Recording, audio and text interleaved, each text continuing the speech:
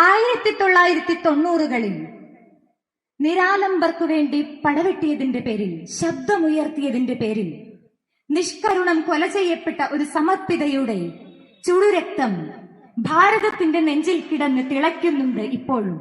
മധ്യപ്രദേശിലെ ഇൻഡോറിൽ സിസ്റ്റർ റാണി മരിയയുടേത്. ഇതേ മധ്യപ്രദേശിലെ ജഗദൽപൂരിൽ വൈദികർക്ക് നേരെയുണ്ടായ ആക്രമണവും, ഒറീസയിലെ ജൂബ ഇടവകയിൽ വൈദികർക്കും സ്ത്രീകളടങ്ങുന്ന വിശ്വാസികൾക്കും എതിരെയുണ്ടായ പോലീസ് ആക്രമണവും, ഛത്തീസ്ഗഡിലെ നഴ്സിംഗ് കോളേജ് പ്രിൻസിപ്പളായ മലയാളി കന്യാസ്ത്രീക്കെതിരെയുണ്ടായ കേസുമൊക്കെ ഈ സമീപകാലത്ത് ഭാരതത്തിൽ റിപ്പോർട്ട് ചെയ്യപ്പെട്ടിട്ടുള്ളവയാണ്. എല്ലാ സമൂഹങ്ങൾക്കും ഒരുപോലെ സുരക്ഷിതമായി ജീവിക്കുവാൻ വേണ്ട സുരക്ഷിതത്വം ഉറപ്പാക്കുക എന്നത് സർക്കാരിന്റെ ഭരണഘടനാപരമായ ഉത്തരവാദിത്വമായിരിക്കെ എന്തുകൊണ്ടാണ് ഈ ഇന്ത്യയിൽ ഇതുപോലുള്ള സംഭവങ്ങൾ നടമാടിക്കൊണ്ടിരിക്കുന്നത്? അതിനൊരൊറ്റ ഉത്തരമേയുള്ളൂ. അടിമകളായിട്ടുള്ളവർ വിദ്യാഭ്യാസം നേടുന്നു, അവർ ശബ്ദമുയർത്തുവാൻ തുടങ്ങിയിരിക്കുന്നു, കൂലിക്ക് വേണ്ടി ചോദ്യങ്ങൾ ഉയർത്തുന്നു. ഇതിനെതിരെ പ്രവർത്തിക്കുന്നവർക്കെതിരെ ഇവരെ ഇല്ലാതാക്കുക എന്നുള്ളതാണ് ഇതിനെ തടസ്സപ്പെടുത്തുവാൻ വേണ്ടി നമുക്ക് ചെയ്യുവാൻ കഴിയുന്നത്. മുഖമില്ലാത്തവർക്ക് മുഖം പകർന്നു കൊടുക്കുന്നതും, ശിരസ് താണുപോയവർക്ക് ശിരസുയർത്തി നടക്കുവാൻ, നട്ടെല്ല് നിവർത്തി നിന്ന് ചോദ്യം ചോദിക്കുവാൻ അവരെ പ്രാപ്തരാക്കുന്നവരെ ഇല്ലാതാക്കുവാനായി ചില സംഘടനകൾ ശ്രമിക്കുന്നു എന്നുള്ളതാണ് ഇതിന്റെയൊക്കെ ഉത്തരമായി നമുക്ക് കാണുവാൻ സാധിക്കുന്നത്. ഛത്തീസ്ഗഡിലെ ദുർഗിൽ 2 ആദിവാസി യുവതികളെ നിർബന്ധിത മതപരിവർത്തനത്തിന് വിധേയരാക്കുന്നു എന്ന് ബജ്രംഗൽ ആക്രോശിക്കുമ്പോൾ ഇതിന്റെ പിന്നിലും ഇതൊക്കെ തന്നെയാണ് എന്ന് നമുക്ക് മനസ്സിലാക്കുവാൻ വേണ്ടി സാധിക്കും. എന്തുകൊണ്ടാണ് ഇതുപോലുള്ള സാഹചര്യങ്ങൾ ഭാരതത്തിൽ ഉടലെടുക്കുന്നത്? ബജ്രംഗദൾ സംഘടനയോട് നമുക്ക് ഒന്നേ ചോദിക്കുവാനുള്ളൂ. മതപരിവർത്തനമാണ് ഭാരതത്തിലെ ക്രൈസ്തവരുടെ ലക്ഷ്യമെങ്കിൽ ഇന്ന് നിങ്ങളൊന്നും ഇതേ രീതിയിൽ ഈ ഭാരതത്തിൽ ഉണ്ടാകുമായിരുന്നില്ല എന്നുള്ളത്. പണ്ടേ ഭാരതം ഇന്ത്യ ഇന്ന് ക്രൈസ്തവ രാഷ്ട്രമായി മാറുമായിരുന്നു. സ്നേഹമുള്ള സഹോദരങ്ങളെ, ഞങ്ങൾ സമർപ്പിതർ ക്രൈസ്തവർ ഭാരതത്തിന്റെ ഏത് സ്ഥലങ്ങളിലാണ് ജോലി ചെയ്യുന്നത്, സേവനം ചെയ്യുന്നത് എന്നുള്ളത് നിങ്ങൾക്ക് നോക്കാവുന്നതാണ്. ഞങ്ങൾ പ്രവർത്തിക്കുന്നത് ആരോരും കടന്നു ചെല്ലാനില്ലാത്ത, എന്തിനു പറയുന്നു, ഇലക്ഷന്റെ സമയങ്ങളിൽ നേതാക്കൾ പോലും ചെന്ന് വോട്ട് ചോദിക്കുവാൻ താല്പര്യപ്പെടാത്ത ഇന്ത്യയുടെ ഗ്രാമങ്ങളിലെ ഉൾഭാഗങ്ങളിലാണ് എന്നുള്ളതാണ് സത്യം. അവിടെ ഞങ്ങൾ പ്രവർത്തിക്കുന്നത് ക്രൈസ്തവരുടെ ഉന്നമനത്തിന് വേണ്ടിയിട്ടല്ല, ജാതി മത വർഗഭേദമന്യേ എല്ലാവരുടെയും ഉന്നമനത്തിന് വേണ്ടിയിട്ടാണ്, അവരുടെ വിദ്യാഭ്യാസം നൽകുവാൻ വേണ്ടിയിട്ടാണ്, അവർക്ക് അക്ഷര വെളിച്ചം നൽകുവാൻ വേണ്ടിയിട്ടാണ്.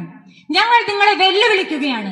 ഞങ്ങൾ ഈ പ്രവർത്തനങ്ങൾ നിർത്താം, നിങ്ങൾക്ക് പറ്റുമോ നിസ്വാർത്ഥമായി ഈ സേവനം ചെയ്ത് കാണിക്കുവാനായിട്ട്? ഒരിക്കലും സാധിക്കില്ല എന്നുള്ളതാണ് ഇക്കണ്ട കാലത്തെയും ഭാരതത്തിന്റെ ചരിത്രത്തിൽ ഞങ്ങൾ മനസ്സിലാക്കിയിട്ടുള്ളത്. സ്നേഹമുള്ളവരെ, നിങ്ങൾ പറയുന്നു ഞങ്ങൾ മനുഷ്യ കടത്തുകാരാണെന്ന്, അടിവരയിട്ട് പറയുന്നു ഞങ്ങൾ മനുഷ്യ കടത്തുകാരാണ്, സമർപ്പിതർ മനുഷ്യ കടത്തുകാരാണ്. സ്വർഗത്തിലേക്കും നന്മയുടെ വഴികളിലേക്കും മനുഷ്യരെ കടത്തുന്ന കാരുണ്യത്തിന്റെ മാലാഖമാരാണ് ഞങ്ങൾ. അത് പറയുവാൻ ഞങ്ങൾക്ക് എവിടെയും ശിരസുയർത്തി പറയുവാൻ ഞങ്ങൾക്ക് സാധിക്കും.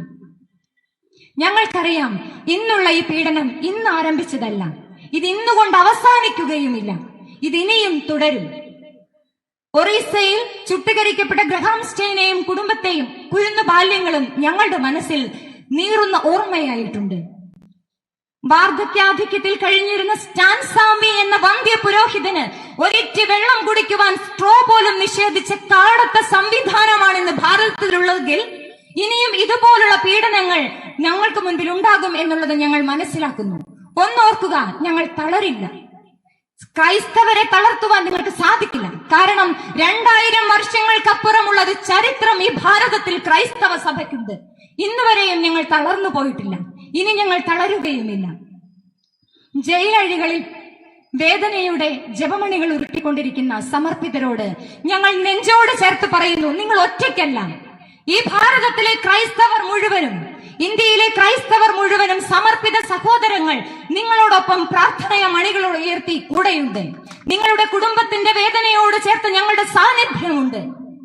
സ്നേഹം നിറഞ്ഞവരെ, ബജരംഗദൾ സംഘടനകളെ ഞങ്ങൾ ഒന്ന് ചോദിക്കട്ടെ, ക്രൈസ്തവരുടെ സമർപ്പിതരുടെ ഇന്നത്തെ പ്രവർത്തനങ്ങൾ ഈ ലോകത്തെ ഈ ഭാരതത്തിൽ നടന്നിട്ടില്ലായിരുന്നെങ്കിൽ ഇന്ന് നിങ്ങൾ കാണുന്ന ഇന്ത്യ ആകുമായിരുന്നില്ല.